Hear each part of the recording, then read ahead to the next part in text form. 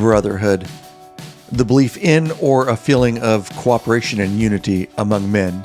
You see, being part of a brotherhood is important to so many, and it's deeper than just simply having friends you can drink with or watch sports with. Now, for me and my brothers from the Soarin' Few Motorcycle Club, it starts with a deep passion for riding our motorcycles and hanging out together.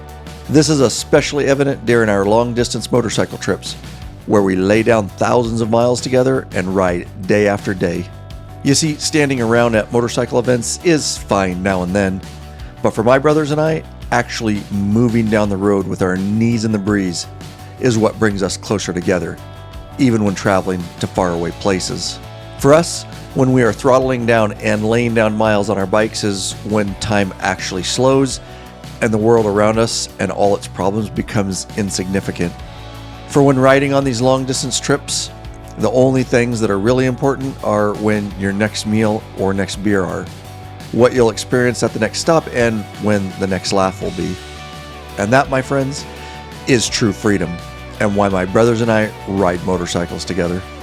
And only those that ride motorcycles can understand what I'm talking about.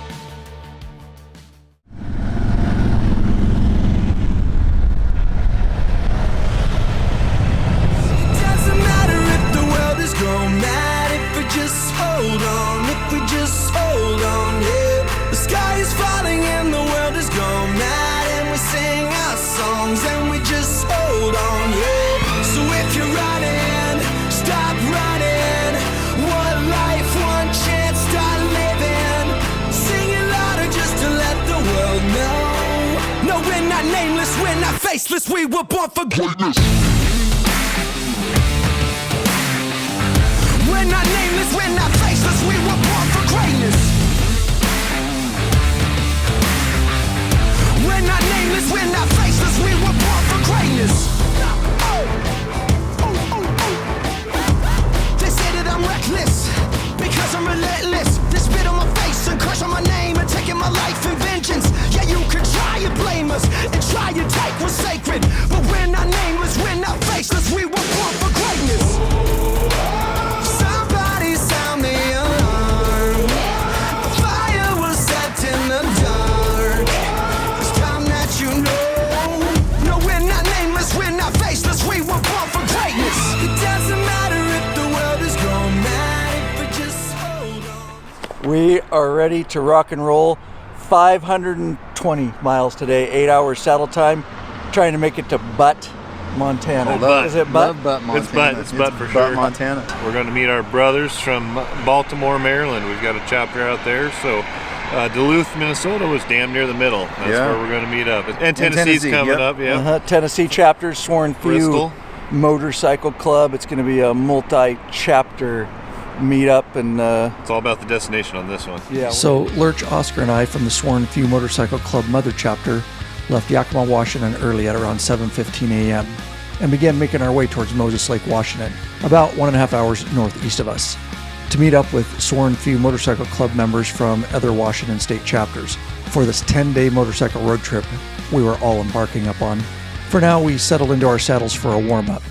We knew that we'd be spending long days in them for the next 3 days, and that we'd ride about 1,600 total freeway miles via Interstate 90 to get into Duluth, Minnesota. So this first part of the trip was definitely a destination ride to get to Duluth, to hang out with Baltimore, Maryland chapter and Bristol, Tennessee chapter members.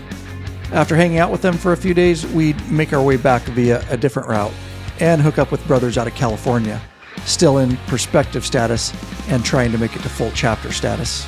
Yep, this trip was definitely all about spending time riding and hanging out with each other as a club of brothers.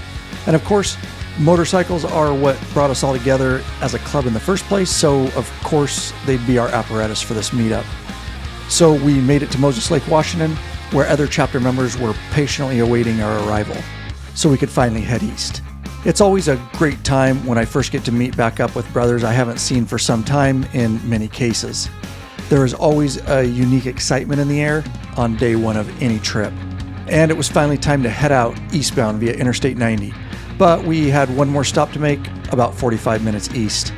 And that was at Love's Truck Stop in Richville, Washington, to pick up a couple more members, Squirt and Fuente, who are awaiting our arrival. Wonder if it's going to be like that the whole trip. I bet it will be. I see them everywhere. Me too. And I strongly recommend the Rick Rack Magnetic Gas Cap Keeper. You can quickly attach your gas cap to any metal surface so you don't ride off without it and you don't get it dirty, and then introduce that into your fuel tank. It's available in the Law Abiding Biker store. It's biker tested and biker approved. I'll link to it in the description below.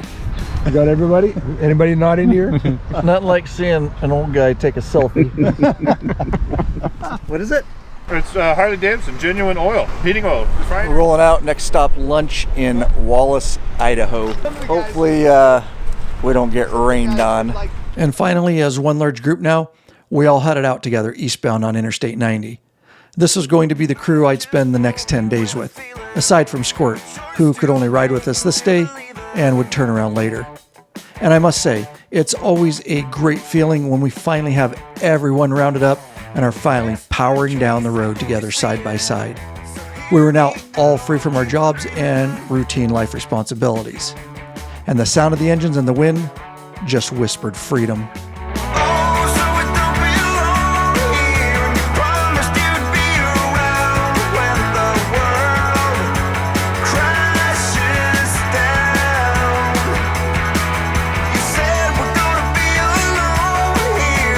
And me hoping that we would not get rained on didn't last very long. We began getting wet when we entered into Idaho, and we weren't geared up for the rain yet. So we made a quick stop at a gas station, and we all quickly put our rain gear on, and since we were there, we fueled up. What? Day one, and we're not even to lunch, and we're getting poured on, dude. Hope this is not what is to become of this trip. So we headed back eastbound on I-90, enduring more rain.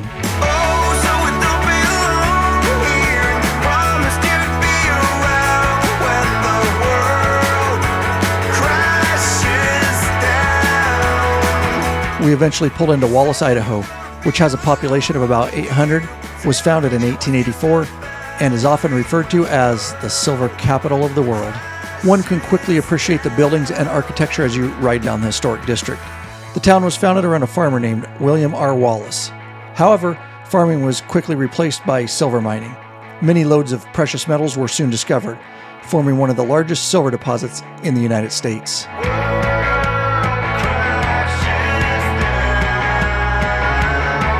We'd eat at the 1313 Club, which offers great food, a unique environment, and a full bar. And I highly recommend it. Now, there are at least a couple of different stories on how it got its name. The most popular is the fact that the original bar area was 13 feet high by 13 feet wide. Another story is that when they opened, there were already 12 bars and 12 brothels doing business in Wallace, making this the 1313. But, heck, you can pick the story you like best. That's not good. At least it's only not good for, looks like, probably a short while. Oh, yeah. You're ready to go. I'm ready. All geared up, baby. I'm going to get wet. I don't like it. That's for sure. Satisfied with our meal, we headed out of Wallace at about noon to continue our ride eastbound on I-90 to get to Butte, Montana for a night stay, which was still 235 miles and about 4 hours saddle time away. Now, Popeye the Weatherman was right, and we definitely got some more unwanted rain after lunch riding through northern Idaho.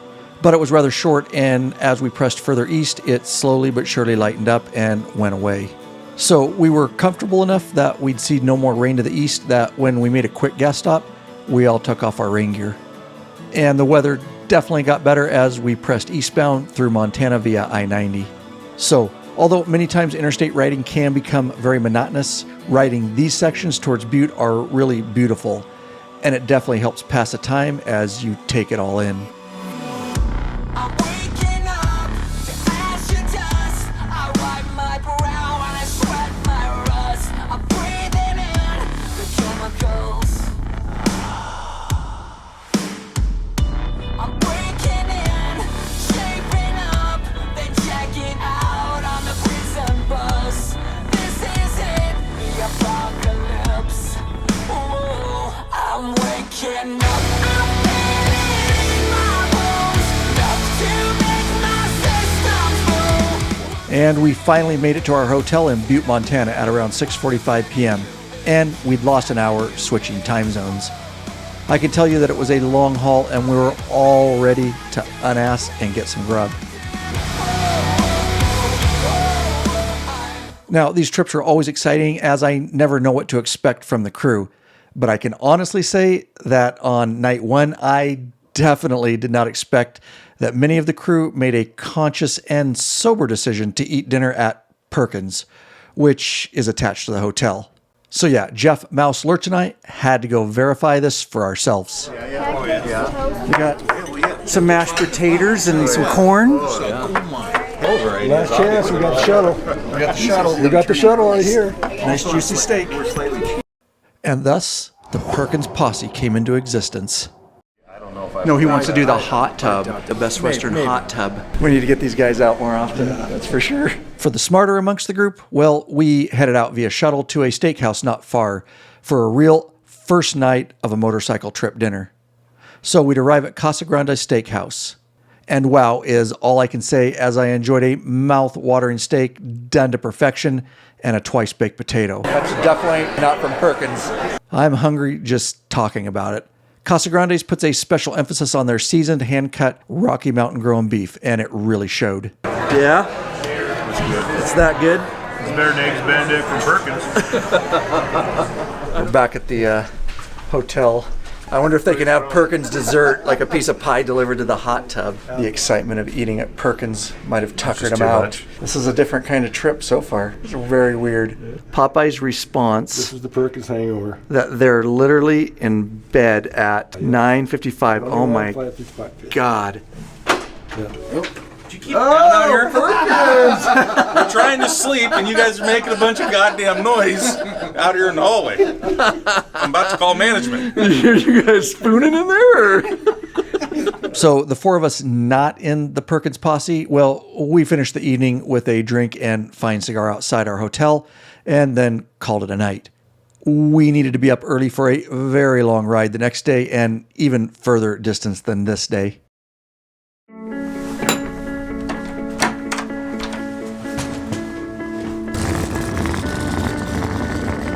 So I loaded my motorcycle up quickly as usual because I was using my Rick Rack quick detach strapless luggage system with roller bag. I can literally have my bag off my rack in like 15 seconds and head for the room and get loaded up just as quickly in the mornings.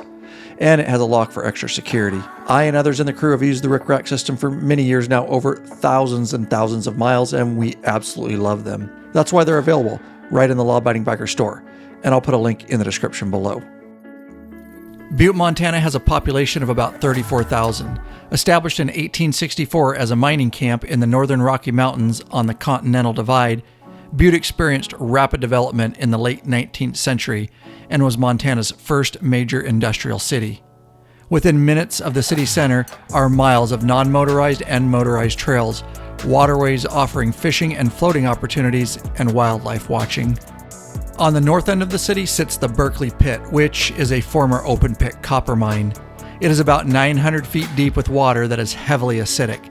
The pit is laden with heavy metals and dangerous chemicals that leach from the rock. It remains one of the only places in the world where you can pay to see toxic waste.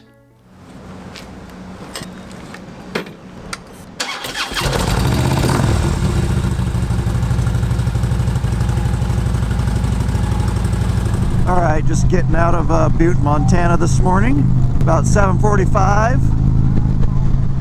Got Squid as my wingman here starting out, eastbound, I-90. We're gonna just be throttling down today, freeway all the way east towards Bismarck, North Dakota. Gotta just lay down miles. My head is a circus, it's all just too much. I guess my best was not good enough. And something is certain, I miss you around. And all that I want is to be with you. You kept me raining under the water when everyone else left me to drown.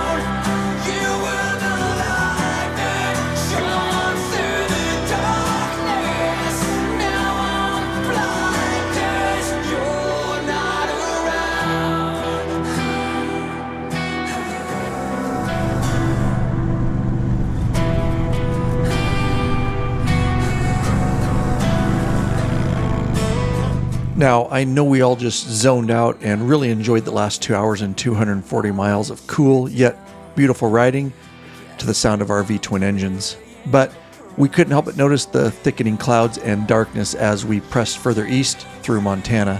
So we exited I-90 at Big Timber, Montana for fuel and to assess the weather situation. Squid's got the old radar up. What's it looking like? Red's really bad. Oh no, that's where we're going? That's where we're going. Popeye? Yeah. Are you going to lead us into the eye of the storm? Oh yeah, storm chasers. Just frickin' throttle down. Cold Lunch weather. is at Perkins, right? Yeah, I think you should change it up and go to Denny's and get a Grand Slam, bro. The $8 Eagle Rare. Piece of goat steak. Are you ready for hell? Oh yeah, only for about 100 miles. Let's do it. Then it's going to get hot. It's supposed to be 95 in Bismarck, right? Be perfect, yeah. It's supposed to be raining pretty hard is what they told me Yeah. inside, so might not be good. Great. Someone's gonna die. Oh boy. Famous last words, right? Way to jinx it, Popeye. Yeah, it was about to get real dangerous for me, but I just didn't know it yet, and we'll get to that soon. But for now, we all geared up and could only hope the storm would somehow be light on us. Positive thoughts, right? All right. Into the storm we go, I guess. My head is a circus, it's all just too much. I guess my best was not good enough. And then it happened. Yeah, just watch my front wheel for a moment. Around, and all that I want is to be. Yeah, that's called a hydroplane. I got into a deep wheel track that was hard to see due to poor visibility, and it was full of water. I lost all steering and braking. And although the front wheel shot doesn't show the gravity of the situation, I can tell you that Lurch and Squid were behind me and said I was fishtailing the rear of my bike to almost 90 degrees, and they have no idea how I saved it from going down. Only by the grace of God was I able to save it and slowed enough while fishtailing to regain control. Yeah, I needed to change my shorts after that. And Popeye, he's not allowed to say that ever again. And so we had ridden about 1.5 hours and 100 miles in the rains, often very heavy. But we made it to Huntley, Montana, where we'd stop at Cowboys Bar and Casino for lunch and try to dry out some. And I really needed a beer after that crazy hydroplane incident for sure.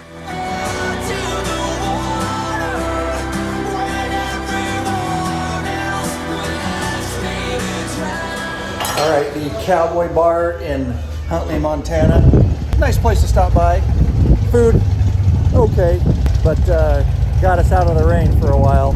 All right, so we're about 40 miles east of Huntley, Montana, where we had lunch. Finally, dry roads. Weather looks decent ahead. I will not be disappointed if we get no more rain. So with dry roads and the temperatures rising, we rode another 2 hours and 130 miles to Miles City, Montana, where we stopped for gas and ditched our rain gear. Oscar, are you happy to be out of the rain? We're not all bundled up like the Michelin Man, dude. Oh, I feel free, dude. It's great. First time this trip we got to gear down. It's supposed to get warmer here on out, right? Yes, and then real warm. We wasted little time at Miles City and throttled eastbound on I-94 as we still had 270 miles of riding and 4 hours saddle time. Plus, we were losing another hour switching time zones. It was beautiful riding and crept up into the 90s as we left Montana and got into North Dakota.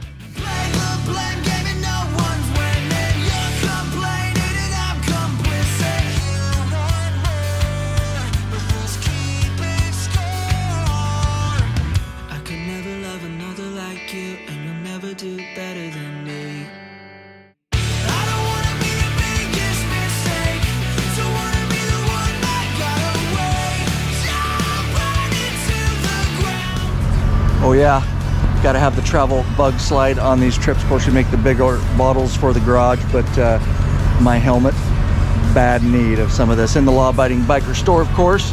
Don't leave home without it. Don't ride without the slide. We were exhausted and rolled into Bismarck, North Dakota at about 8:15 p.m. It was late and we went straight to dinner at Sicky's Garage. Brent, Nice to meet you on you. YouTube. Awesome, Yeah. awesome. Yeah. From here?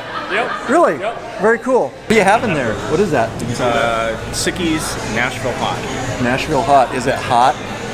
It's not bad. A little spice? I got the buffalo one. It's good. Sicky's takes its name from two places. It comes from Sick Boys Motorcycles in North Dakota, as well as the term sickie, a person who calls into work sick but goes to hang out at a bar. The restaurant came together in the early 2000s when a group of friends would meet up to tinker on their motorcycles and cars or just talk shop. Those meetings turned into dinners with cookouts showcasing insane burgers. The menu features 50 burgers, 50 beers, 24 varieties of wings, and 15 appetizers, as well as sandwiches, wraps, salads, and malts. Sicky's was a lot of fun, and I'd give it a 2 thumbs up and a must stop if you're riding through the area. We just got done having dinner at Sicky's Garage. It's 10 o'clock local time. And last two men it's standing. just you and I. What the hell? Yeah. It's kind of weird. They were just frustrated that there was no Perkins here close. Well, so Lurch and I left Sicky's and made it back to the Holiday Inn Express to find this. Oh, they're in the hot tub with the little kids. Oh my God. This is horrible. Fuente looks like a child molester in the hot tub. Wow. And so after a very long day and then having to see Fuente and Popeye in the hotel hot tub together, I needed to cleanse my mind. So we just went straight to the room and called it a night.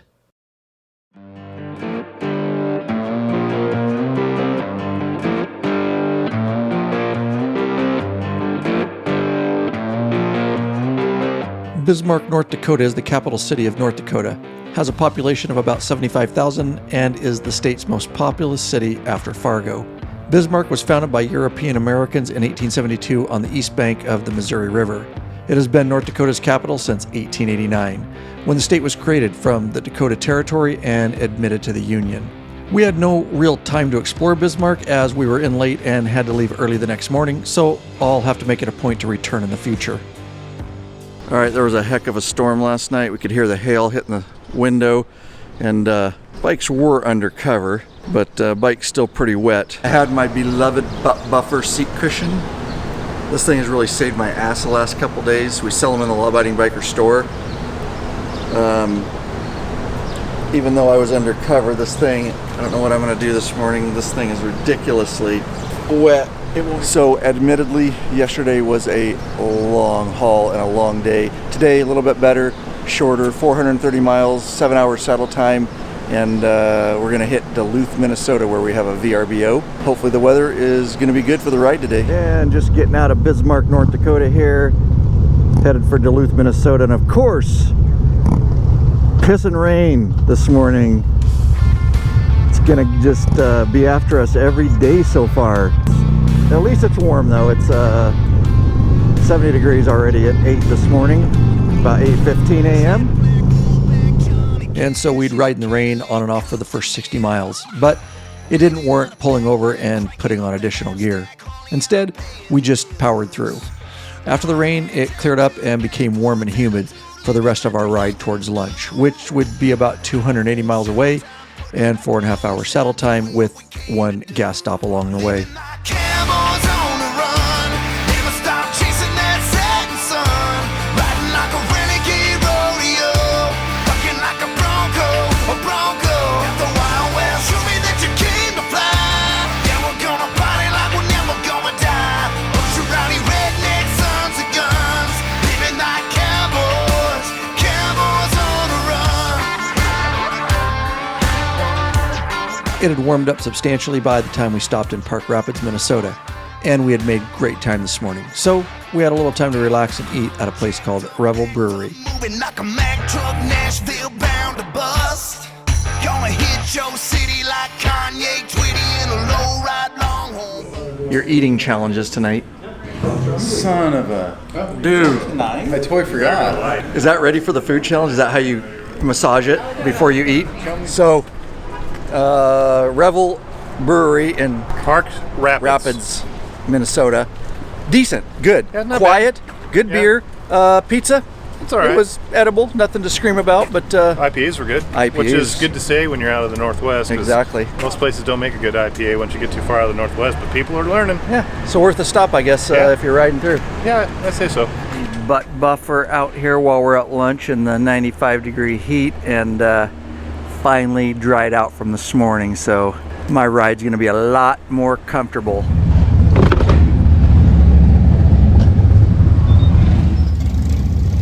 Puente, Yeah, what's up? there's gas pumps 10 feet from you. I lit it right when I was at the pump. Attaboy. 160 to Duluth, baby, to our VRBO. Yes, sir. Yeah. There. So we headed out and would ride mostly Highway 34 to 200 to the east. And although the early morning had given us rain, it was now beautiful weather. If you don't care, like we don't care, then come on and rock with us. Cause we aim to please like old Fred Bear on a big boom Crockett bug. Living like cowboys on the run, never stop chasing that setting sun. Riding like a renegade rodeo, bucking like a bronco. With the Wild West, show me that you came to fly. We have finally arrived. It's almost 5 o'clock. Our VRBO is back in here. Oh, finally. So this beautiful VRBO is nestled back off any of the main roads and is about 15 minutes to the north of the city limits of Duluth. We'd be spending the next 2 days operating out of this place while meeting up with our sworn few motorcycle club brothers from the Baltimore, Maryland and Bristol, Tennessee chapters. Oh, and what a 2 days it was about to be. Stay tuned. I'll be the backwoods chillin' on a mountain high. Fish fry, fast slice of American pie. Too fly for the fakes, too sly for the suckers. I roll with rednecks and big gas guzzlers. And motherfuckers can't fade the rock. Cause my team's supreme with 17 shot clocks. The most important business after getting settled in was to ride to a recommended burger joint about 20 miles away. We'd cross over Lake Superior, leaving Minnesota and entering into Wisconsin, and it was a beautiful evening ride. And we'd arrive at Gronk's Grill and Bar in Superior, Wisconsin. Gronk's is the home of largemouth burgers and sandwiches and the world-famous Upside Down Burger.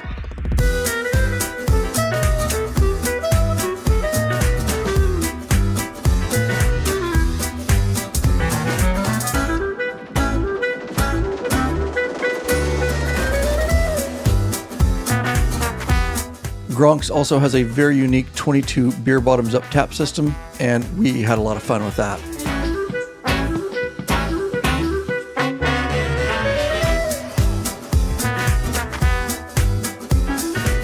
Bar. Gronk's Grill and Bar here in Wisconsin. I'm with the owner, Mike Moore. I understand you've been in business quite a while. It's been 28 years of nothing but fun. Have you just added to all the decorations over time? Just over time. We've done a lot of things, yeah. You've got 2 different burger challenges, right? There's a 5-pound and 8-pound challenge. So, after our brothers from the Baltimore, Maryland chapter arrived, we figured several members should partake in that challenge to get the festivities started off on the right foot. Matt, are you in on the 5? It was my idea for the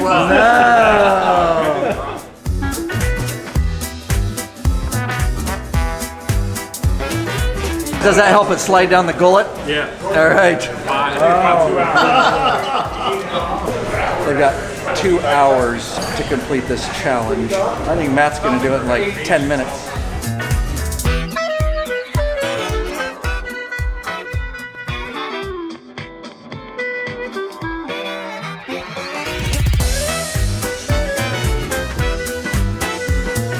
Meanwhile, Squid and I are having reasonably sized burgers. Oscar's going for the fork and just the meat technique and the bun separate.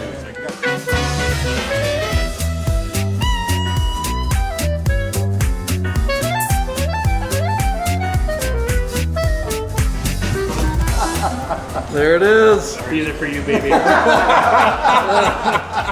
at that. Oh, there it is. I'm impressed. Don't back out now, Oscar. Oscar, never heard of her. The winning time, 33 minutes. What's it like being a competitive eater? I've never trained. Right, did Oscar make you nervous at all? You know, he just had poor technique, poor form. I'm sure my parents are really proud of me. Nicely done. Well, I'd say that was definitely a win for the Baltimore chapter. But it was time to head out as a storm was brewing to the north, and we wanted to beat it. We were definitely pushing it close as we could see lightning often in the direction we were headed. And just about a mile out from our VRBO, the rain started in.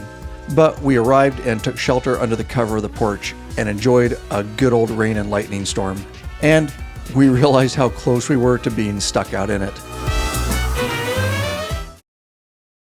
So day 4 and 5 had been set aside for the different chapter members to simply chill out and have a great time. And that is what we're about to do as we met up the morning of day 4. We figured we'd get things started with a ride on our motorcycles. But the following day, well, that would be dedicated to another activity, and that's coming up in a bit. Also, a big club announcement would take place later this day.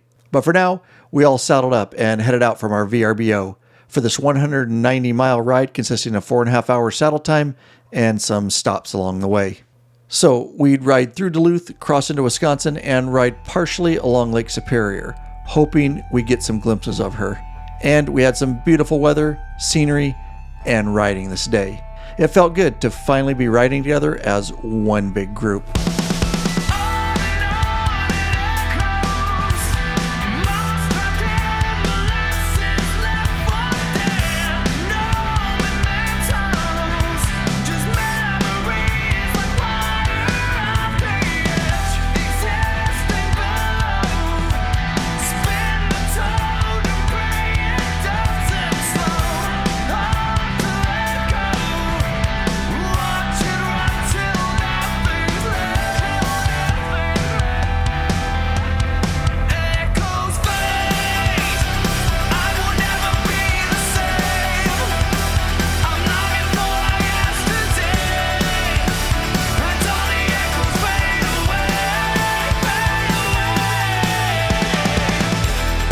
Now, we would get glimpses of Lake Superior at times, and at one point, we got to ride right along our shore.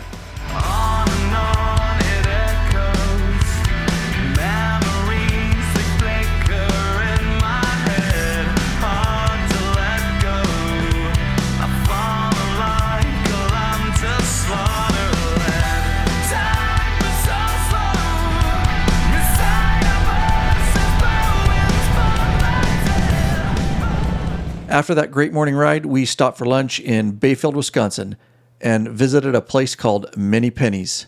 It was a really cool place, and the food was good along with friendly service. I definitely recommend it if you're riding in the area. After lunch, we started heading back towards our VRBO in Duluth, as we knew there were festivities and a club announcement forthcoming later this evening. Some of the guys headed east to simply say they rode all the way into Michigan, and would meet up with us later, while the rest of us headed back.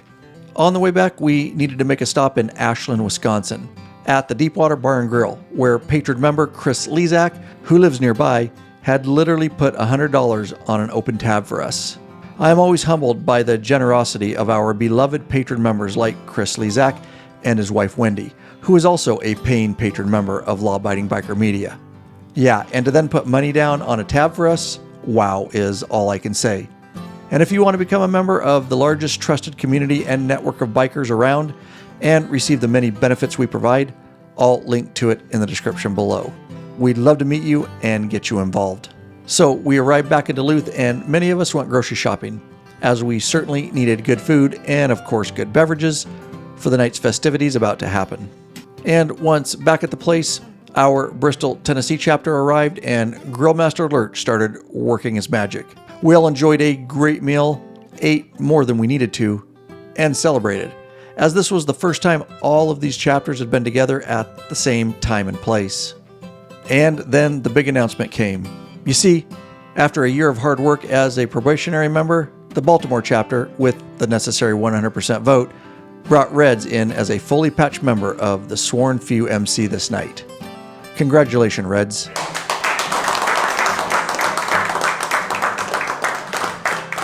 And of course, with that announcement, the great day we'd already shared, and plenty of varying beverages on hand, we all hung out, smoked cigars, told stories, laughed a lot, watched the fireflies, and took the festivities late into this beautiful evening.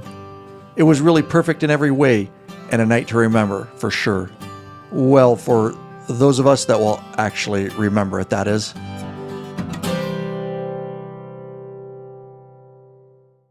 So we had laid down many miles over the past 4 days, and we really needed a break. Plus, we really wanted to see Lake Superior. So, mid-morning, we headed to Spirit Lake Marina, where we had reserved 2 pontoon boats. Now, I will say that the boats and motors were definitely not impressive in any way, but we figured they were at least seaworthy. Now, I can't actually recommend renting boats here due to the pure lack of organization and customer service. Anyway, He just wants to know where the throttle is and the full forward position, sir. So once Popeye confirmed there was a throttle on the boat, we left the docks and headed out on the red-colored water of Lake Superior. Oh, God. Say it isn't so. Oscar, put that away. Put it away! You haven't purged from the burger challenge, have you? That's what the guy said at the harbor. He's like, oh yeah, he's like, this is normal. He's like, if you need the fish, you know, you can swim in it too, it's all good. I'm like, yeah. God, I couldn't swim in that. Now, from what I researched, the red-colored water happens when strong winds and rains launch red clay particles and other sediments into the water. The sediments don't cause any harm, although it does give spectators an uneasy feeling. Yeah, it most certainly does. Where I come from in Washington State, our lakes are of normal color. And because of the nasty red water and the fact that there were drinks on board, the challenges started on who would actually jump in and swim in it. And I must say most everyone did. Now, I swim and boat often in lakes, but there was no way in hell I was getting in that red water. But as of today, nobody has reported any suspicious illnesses. The alcohol likely killed off any bacteria is my best guess. And I must say that we had an awesome time out on Lake Superior, and we got to see downtown Duluth from the lake. The weather was absolutely perfect, and we all just chilled out and bonded as one big group of brothers. It's another day I know we won't forget. Taking those losses if it treats you right. I wanna put you into the spotlight. If the world will only know what you've been holding back. Heart attacks every night. Oh, you know it's not right. I will follow you way down wherever you may go. I follow you way down to your deepest low. I'll always be around wherever life takes you. You know I follow you. Now, Joker must get his nickname for a reason.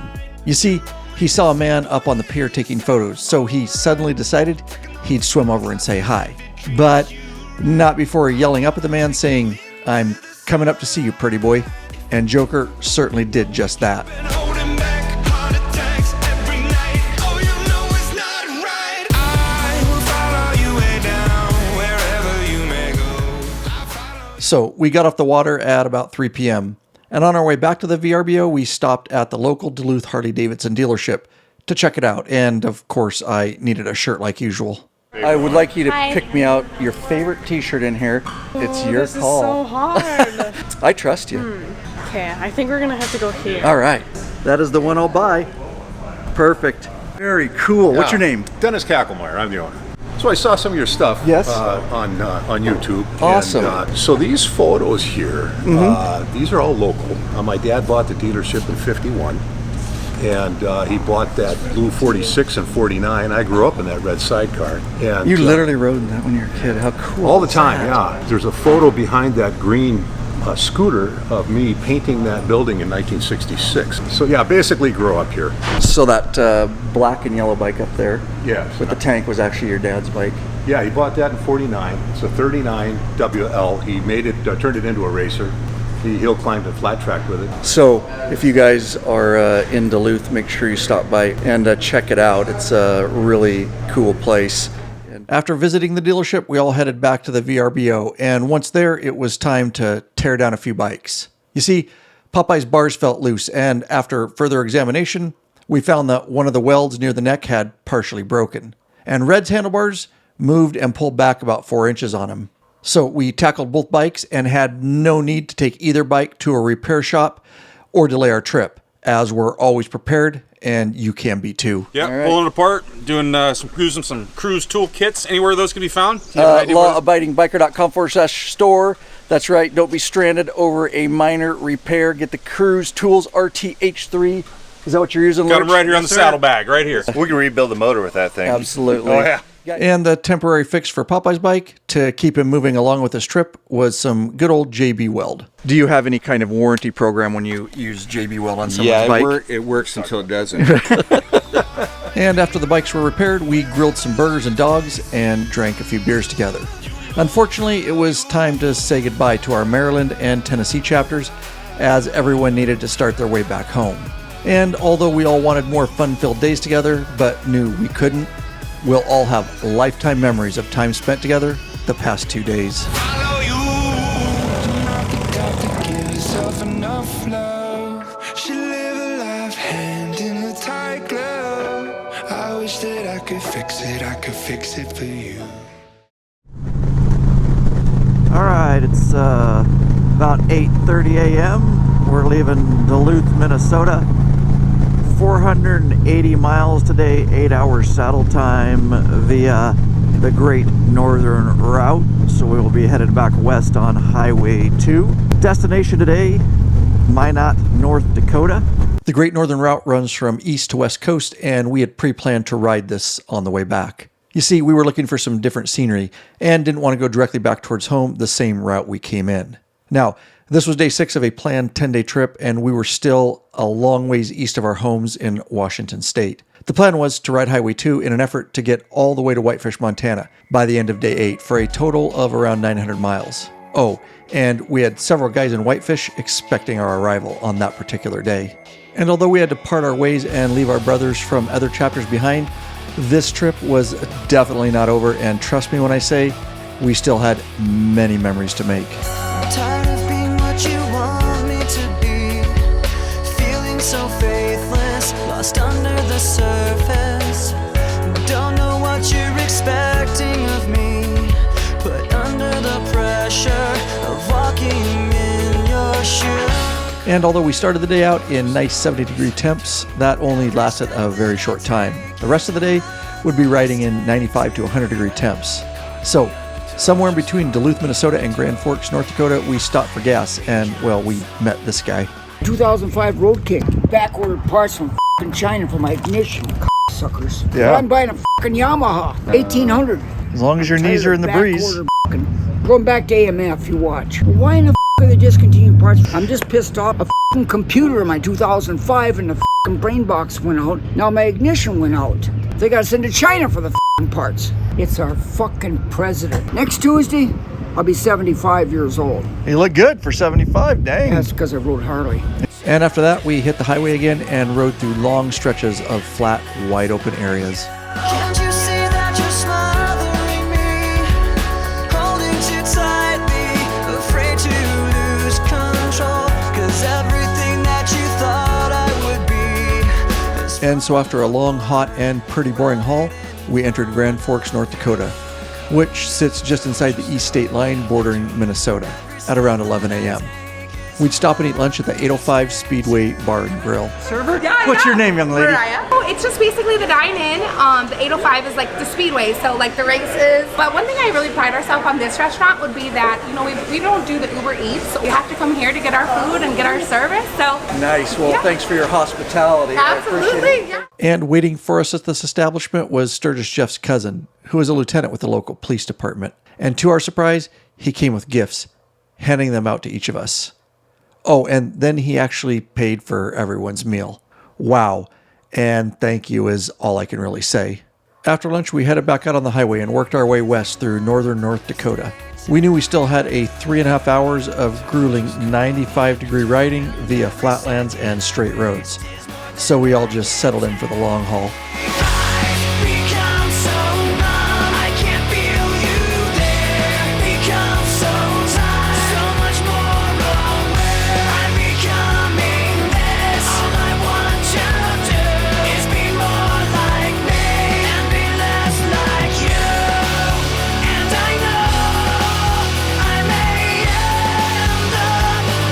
Now, we would make a stop in Rugby, North Dakota for fuel.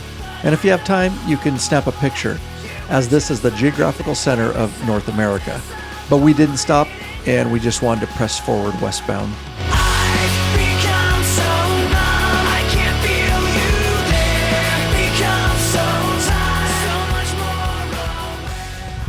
And we finally arrived at the Holiday Inn Express in Minot, North Dakota at around 6:15 p.m. We were all absolutely exhausted and beat from riding long distance in the brutal heat all day. Minot, North Dakota has a population of about 50,000 people and is the state's 4th most populous city. Minot came into existence in 1886 after the Great Northern Railway laid track through the area. A tent town sprang up overnight as if by magic, giving Minot its first nickname, the Magic City. The city is well known for being the home of the Minot Air Force Base. The city's rich aviation history is explored through memorabilia and aircraft at the Dakota Territory Air Museum.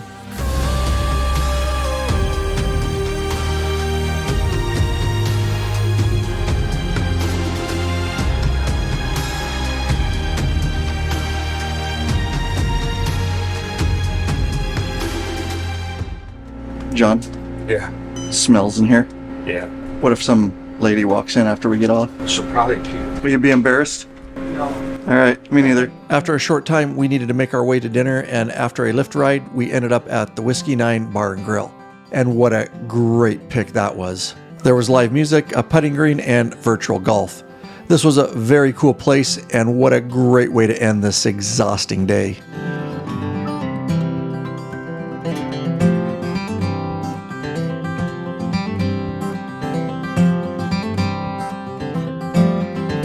Hey, this place was legit though. It was though. This was good. With bison meatloaf.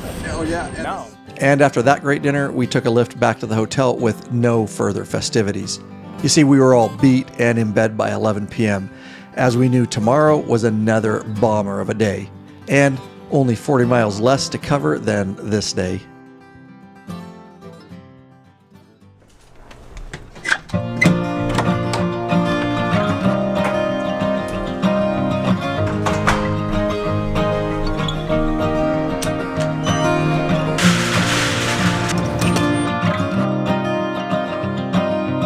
So, 428 miles, about 7 hours saddle time.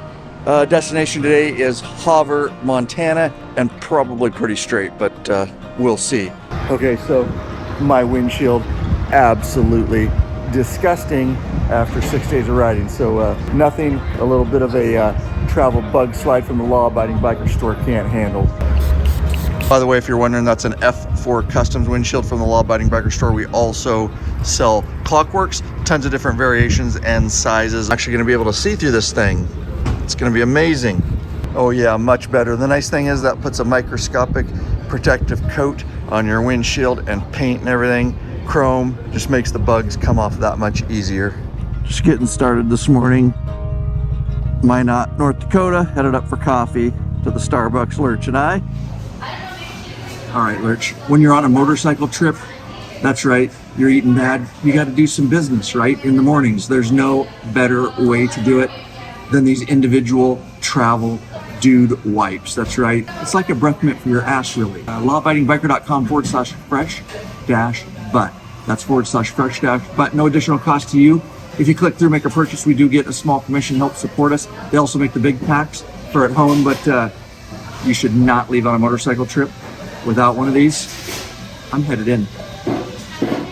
So the group hit the road at about 8:15 a.m. for another long day in the saddle. Now, we didn't know exactly what to expect, but we did know that we would have plenty of straight roads at freeway speeds and wide open land. However, I must say that the scenery was better in places this day for sure. It was a cool morning and we all had extra gear on to start out our travels. Sinking under, think my angels fallen. Safe place, plundered, bastards kick the doors in. Take the stitch and now I can't stop bleeding. 3 in the morning, I slept all weekend. 6 feet in the dust, still breathing. Don't give a fuck if my heart stops beating. Hey, I'm begging you to stay. When dark side won today, my heart keeps breaking over and over. Hey, don't let me out your side. Can't trust myself tonight. My heart keeps breaking. Can you turn the average again? Something haunting. And as we kept making our way due west towards the Montana border, we hit rain just outside of Williston, North Dakota. And it was worthy of pulling over and putting our gear on. as we saw no end to it. It really seemed like we could not escape the rain this trip. And so we rode in the rain off and on all the way into Wolf Point, Montana, where we'd make a stop for lunch at a place called Dad's Bar and Grill. Admittedly, we knew nothing about this small town of 2,600, and that often keeps things interesting, as it did this day. It was literally like time had stopped in this town, and had there been a record player, it most certainly would have stopped when we walked into this place. Oh, and it's worth noting that the wood paneling on the walls was pristine. Security checks on the bikes about every 2 minutes. Thanks.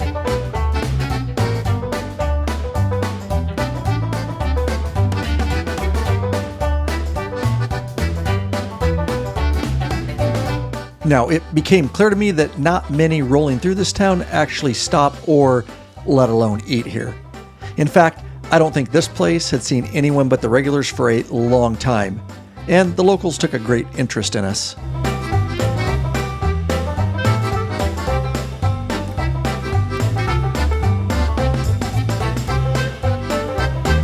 Oh, and Lurch, well, he made a good friend for sure. Thank you. Appreciate it. Of America. I've been sitting here for a while.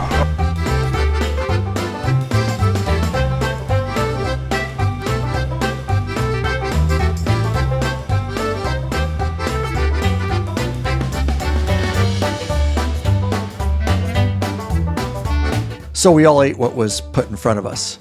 And I'm happy to report that none of us actually got sick. And it was not advertised, but we learned that free local entertainment comes with your meal in the form of lighted fidget spinner tricks. Yep, it's quite a show and well worth the stop. And after that unforgettable experience, we rode for about 50 miles to the west to the town of Glasgow, Montana, where we gas up and finally get out of the rain. Enough so that we quickly geared down.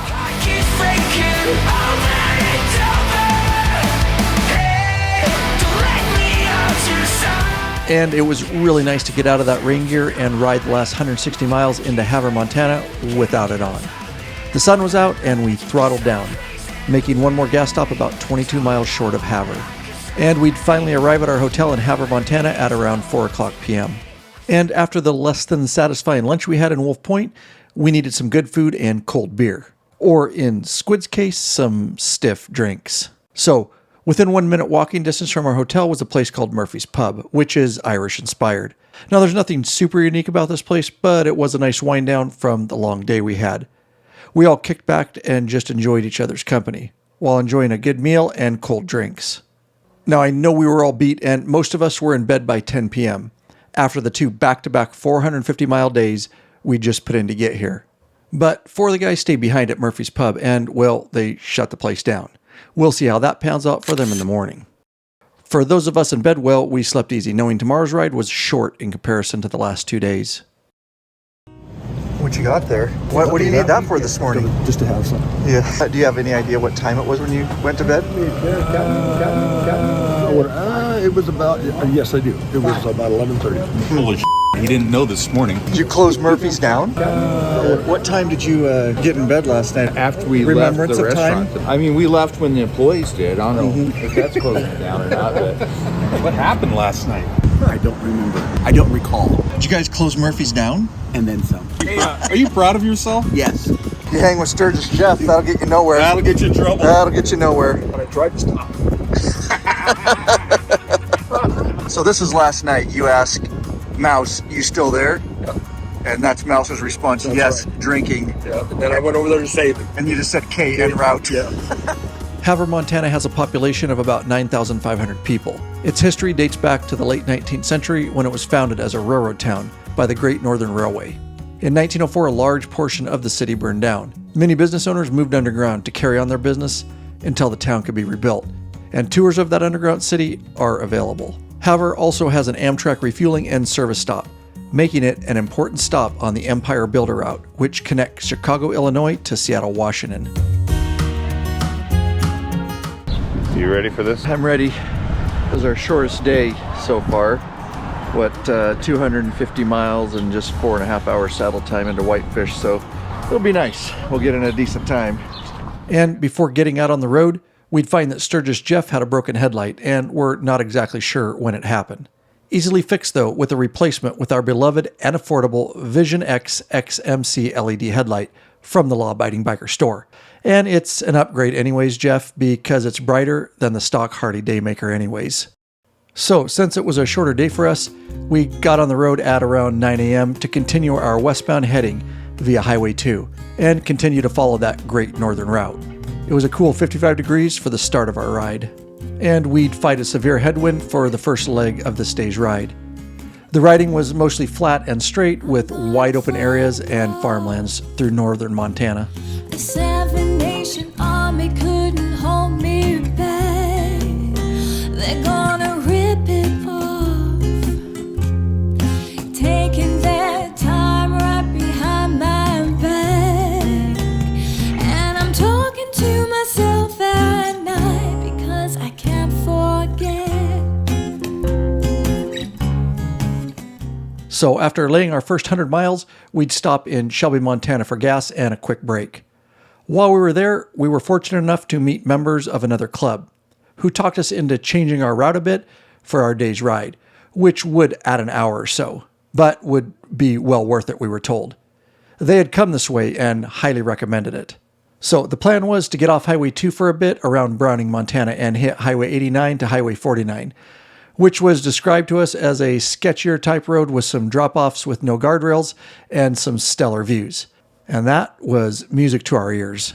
So we were back westbound on Highway 2 in no time. And as we got further west near Browning, the scenery really shaped up and we had some gorgeous riding. And the message coming from my eyes says, leave it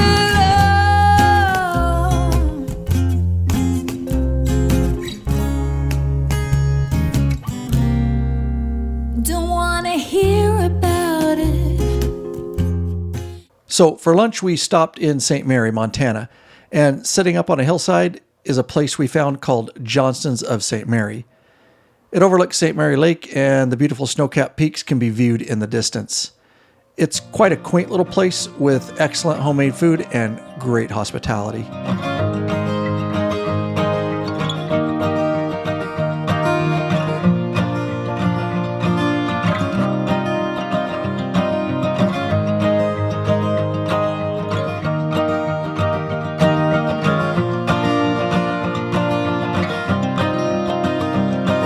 Open face, huckleberry, brisket sandwich. So Johnston's up on the hill here, quaint little place. The food was amazing and overlooks the lake behind us, and you can see off in the distance here all the snow-capped peaks and everything.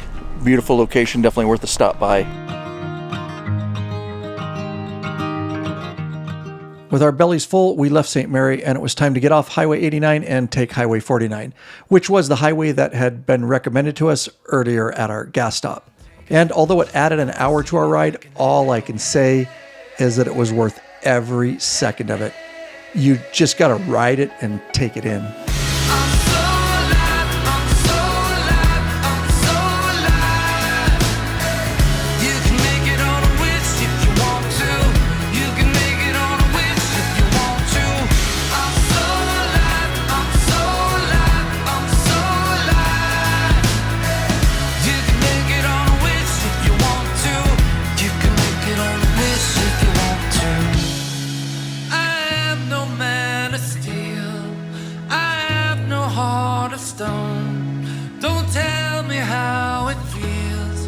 I find it on my own.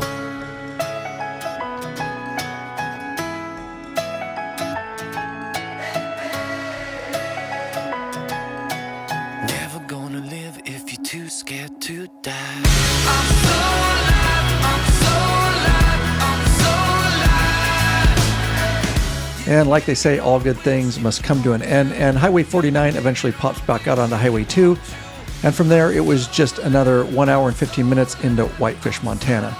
The scenery was great with trees and hills everywhere, unlike the flat, wide open farmlands we'd ridden earlier in the day. And as we bared down on Whitefish, we'd snake along the beautiful Flathead River. And we'd finally arrive in beautiful Whitefish, Montana at around 4:30 p.m. And waiting for us at our VRBO were several prospective chapter members that had ridden up from California to meet up with us and continue in their mission to obtain full chapter status. Whitefish, Montana has a population of 8,500. It is located in the picturesque Flathead Valley, surrounded by the Rocky Mountains. If you never come around, how we ever gonna be? If you're always on the ground, then you're never gonna see what falling feels like. Whitefish has a pretty cool downtown area with a mix of shops, restaurants, and galleries. Tourism and the railroad are both significant parts of Whitefish's economy.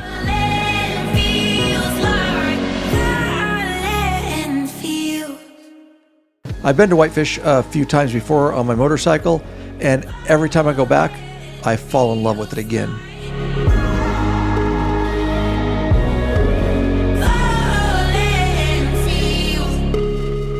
So after a short time, the entire crew decided it was time to hit the town. And that's always a recipe for anything can happen.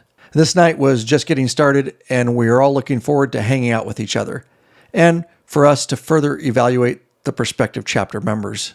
We needed to get some food and ended up at a place called the Great Northern Bar and Grill, and I can't actually recommend this place for bikers, and that takes a lot for me. You see, some of the employees were very rude and clearly didn't like their jobs or people for that matter. Now, Fuente literally walked up to order some food when one of the cooks put a sign up right in front of him and said, "Summer hours, 1 hour wait for food," and walked away from a long line of people. And that was just the start of the terrible service we and many others were getting at this place. After a manager was called, orders were taken. However, the wait for the food was ridiculous, not to mention it wasn't worth it. So we left there very unsatisfied, but we weren't going to let it ruin our night on the town. Nice. When's the wedding? July 30th. So there's another funeral? Yeah, We knew one place we'd get great service, so we visited a past hangout of ours, and the name of that place is Casey's. We all got some cold drinks and enjoyed the beautiful evening in the upper level outside seating area, and things were a-hoppin'. Indian John, you made up your mind yet? Yes. I'm going to have another beer. A bachelorette party was happening, and, well, the guys in this crew are never ones to turn down a challenge. Indian John, having some liquid courage, stepped up to the plate without hesitation. And this all happened. I'm too rich for the bitch. I'm too rich for the bitch. Now do it, baby. Do it, baby. Do it, do it. Do it, baby. Do it. Yeah, yeah. Now do it, baby. Do it, baby. Do it, do it. Do it, baby. Do it. Yeah, yeah. It was getting later now, and some of the crew decided to stay in town and make it a very late night, while I and others went back to the VRBO to finish the night out with some whiskey, cigars, and storytelling. Now do it, baby. Do it, baby. Do it, do it. Do it, baby. Do it. Yeah, yeah. Now do it, baby. So day 9 was a free day, and I can tell you that we've learned something over the years of riding hard day after day on these road trips. And that is to schedule in a day or two where you can rejuvenate yourself and bond with your brothers in other ways. It makes the following days of laying down endless miles that much more enjoyable. So Oscar, Squid, and Fuente needed to get home and left early this morning. The rest of us, well, we waited for the late night partiers to get out of bed, and they finally did. More alcohol. More alcohol today. We're done. Everybody's done. From there, we rented a pontoon boat and jet ski, grabbed some food and beverages, and headed out on the beautiful Whitefish Lake on this nice sunny 80-degree day. And I couldn't recommend this more highly. We launched from the city beach, which is a sandy lakefront beach with swimming area. Whitefish Lake is all that remains from an Ice Age glacier that flowed across the area. The lake covers 5.2 square miles and is 233 feet at its deepest. It's absolutely gorgeous being out on the lake with the trees and mountainous terrain surrounding it. And of course with this crew, well, we played hard on the lake and the jet ski challenges started in. When we were young, the future was so bright. The old neighborhood was so alive. And every kid on the whole damn street was gonna make it big and not be beat. Now the neighborhood's cracked and torn. The kids are grown up, but their lives are worn. How can one little street swallow so many lives? Chairs is thrown, nothing's free. Longing for used to be, still ain't hard. However, the jet skiing did come to a halt when Houston was apparently riding too close to the boat with the jet ski and got stopped by the game warden. And you better believe we tried everything we could to support Houston during his encounter. Houston, we got a problem. We're just gonna throw it out there. He doesn't have a fishing license. That's exactly what I told you not to do when I let you take the jet ski. Stolen. Great. We're putting together some bail money in my hat. Everybody throw some bail money in, please. I left my wallet in the bike, Ryan. Sorry, Houston, we'll pick you up later, bro. Bring it in, you're banned. Lawabidingboater.com. Apparently we're not, because Houston just us. Oh, and shout out to the game wardens who were very professional and friendly.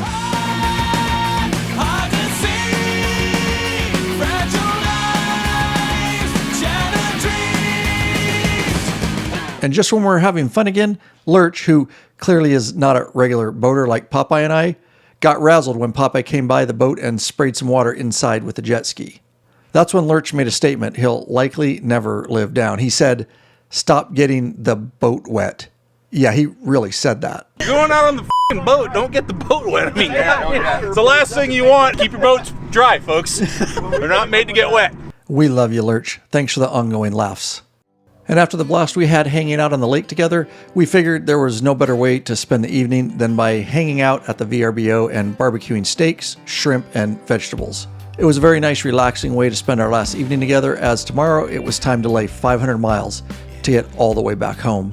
And I will tell you that it's always a bit depressing on the last evening of these trips, as we all know we are done hanging out together for a while. We winded the evening down by laughing and telling stories of the trip we'll never forget. And I guess forgetting would be hard anyways, since there's a full documentary film on the trip. And I leave you with these thoughts. You see, it's good for the soul and one's mental well-being to throw your routine day-to-day life aside for a bit and just ride. And even better is to find like-minded brothers that you love to do it with, like what we have developed in the Sworn Few Motorcycle Club. You see, our so-called normal lives can become so busy and cluttered that we forget to free our minds from it. Getting away like this on a motorcycle and not caring about anything except what's down the road is a way to really find yourself and breathe again. And after all, that's what we're all chasing in this chaotic world anyways. Motorcycles are simply what we use to get us to that state of mind.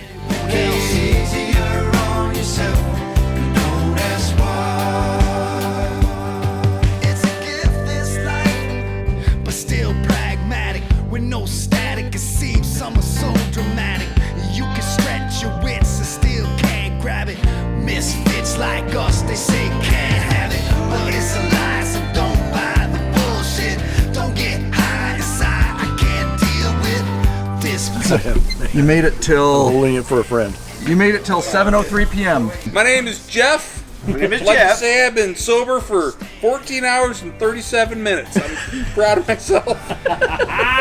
Welcome, friends.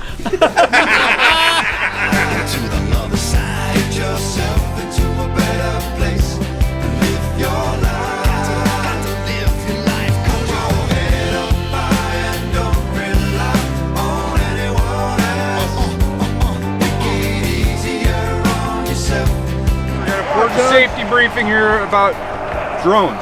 Hey, you shut your mouth. Because you laughed at that. We'll be running at a speed of about 68.5 miles an hour. We're gonna go down this stretch. We've got some mountains and in the background. Are there any questions? Where are we going? Keep your shut.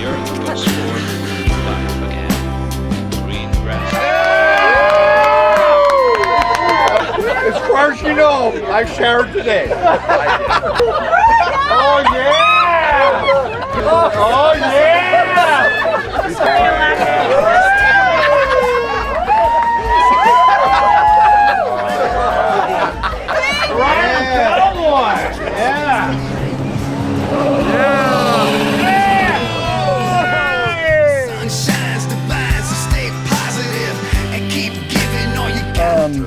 I just want to know what in the hell kind of ugly ram... Is that a ugly ram mount? It is. Oh my...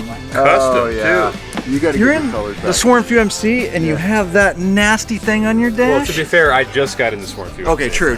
We're going to hook you up with a free biker gripper because I cannot have you riding around with that thing. Seriously, we're going to ship him a new biker gripper from the Law Abiding Biker store.